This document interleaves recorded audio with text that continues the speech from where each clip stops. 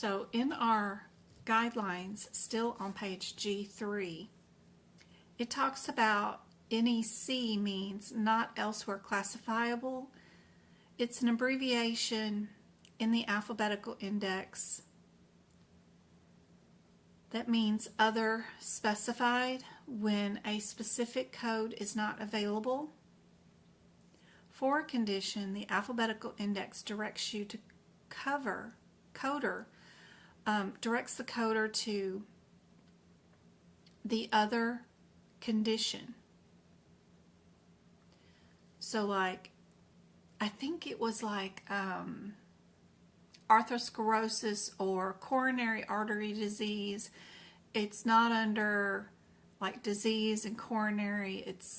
It directs you to see something else. It drives me nuts.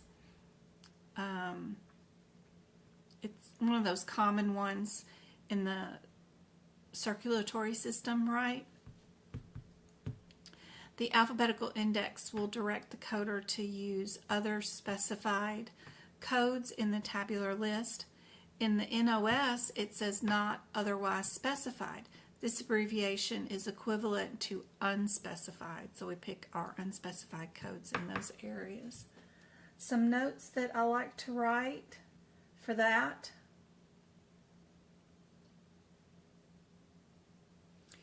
Is mostly for NOS, I circle the word unspecified, right? Because that's the easiest thing to notice. And then what I highlight in the NEC, I usually circle other specified is the main term that I look for. What do we have in our exam question here that can help us?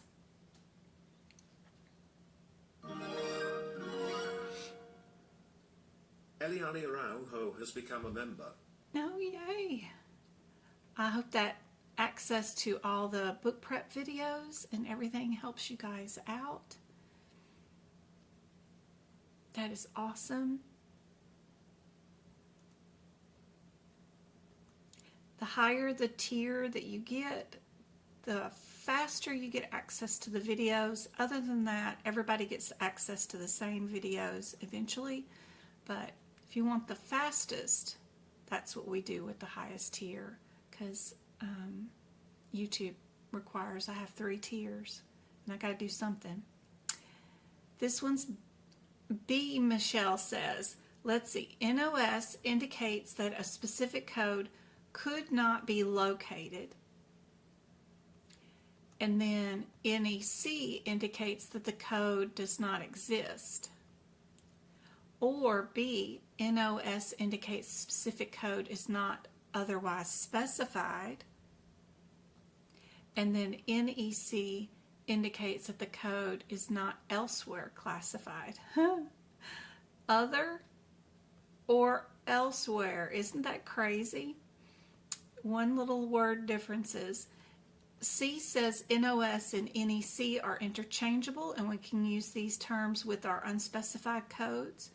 Or NOS in answer D says that NOS or NEC are used only for procedure codes and not for diagnosis codes at all.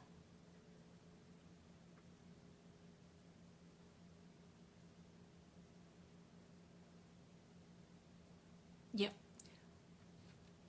Is that somebody else with a heartbeat? Oh, we got 2 more. Who was that? Adrian 4776 and Kelly. Thank you so much for the heart me's. You guys are awesome. Thanks for sharing out the live also. That really does help.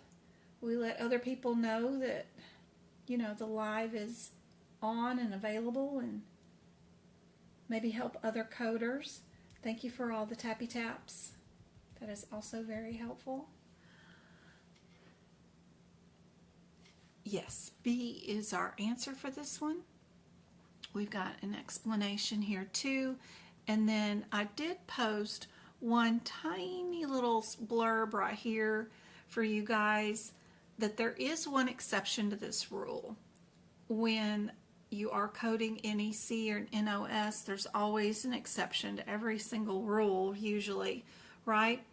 And in our book, and one of the things that they might trick you on for NOC or NEC, NOS, NEC, I always get those backwards, during your certification exam is the exemption to this rule around your mental health codes, the F45.8. It can be used for both teeth grinding as well as psychogenic dysmenorrhea. So go to your F45.8 and add that guideline down to it. There is an excludes one note near your F45.8 that includes sleep or related teeth grinding, which is a G47.63. If the patient is grinding their teeth, the excludes one will be in effect and the two codes would not be coded together.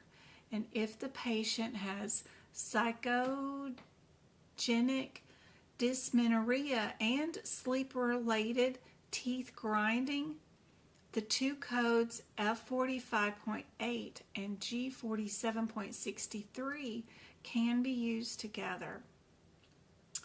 So it's kind of weird, kind of crazy, but this is an exception.